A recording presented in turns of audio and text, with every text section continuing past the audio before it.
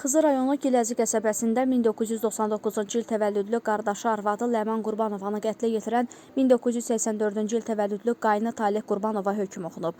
Qafqaz İnfonun əldə etdiyi məlumata görə 2022-ci ildə şəhid olmuş Saleh Qurbanovun xanımını boğaraq öldürən qardaşı Taleh Cinayət Məcəlləsinin 120.2.2-ci xuliqanlıq niyyəti ilə adam öldürmə maddəsi ilə təqsirli bilinib.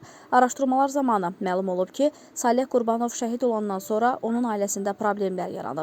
Şəhidin qardaşı Ləmanın TikTok səhifəsi açmasına qarşı çıxaraq onu döyüb. O, Salehin sağlığında arvadının sosial şəbəkələrdən istifadə etmədiyini və indi də bunun yol verilməz olduğunu düşünüb. Ləman isə Sənsiz Həyat adlı səhifəsində yalnız mərhum həyat yoldaşı ilə bağlı paylaşımlar etdiyini və 20-25 nəfər tanışının bunu bəyəndiyini bildirib.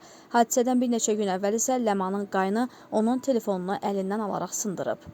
Bundan sonra da ailədə münasibətlər kəskin olaraq qalıb və Ləman qaynatasının evini tərk edərək atası evinə qayıtmaq istəyib. Lakin qayını Taleh və digər qohumları şəhidlə bağlı verilmiş bank kartlarının onlarda qalmasını tələb ediblər. Həmin gün onlar Ləmanı pirə apararaq fikrindən daşındırmaq istəyiblər. Lakin pirdən qayıtdıqdan sonra Taleh evdə Ləmana hücum edərək onu boğmaqla qəsdən həyatından məhrum edib. Sumqayıt Ağır Cinayətlər Məhkəməsinin hökmü ilə Taleh Qurbanova 17 il həbs cəzası verilib. Qeyd edək ki, Saleh Qurbanov 2022-ci il sentyabrın 12-sində Ermənistan Silahlı Qüvvələri tərəfindən törədilmiş geniş miqyaslı təxribatın qarşısının alınması zamanı şəhid olub. Ölümündən sonra Azərbaycan bayrağı ordeni ilə təltif edilib.